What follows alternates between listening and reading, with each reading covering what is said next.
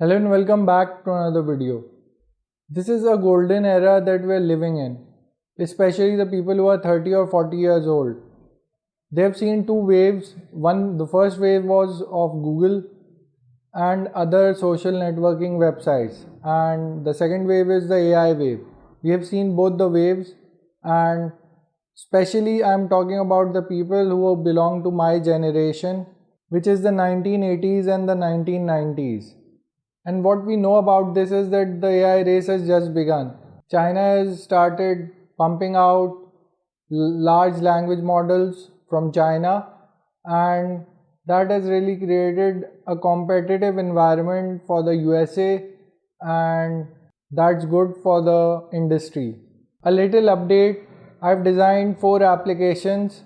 I don't know anything about coding, especially in Python, and I just know how to open the software up, how to create a file in Node++, and combine everything into a document or a folder, and that's about it. That's the only knowledge that I have.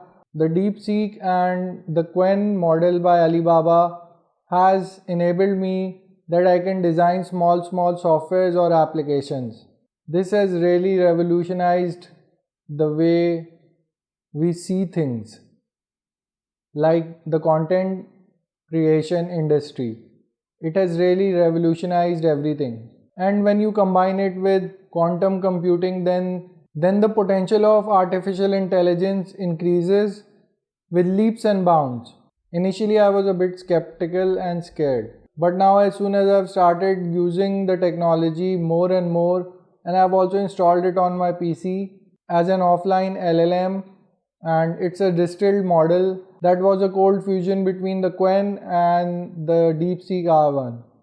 This model is also quantized. This helps the people who have low-end PCs use the system even without the availability of high-end hardware. So this was a general update. I'll see you in the next. Take care and have a nice day.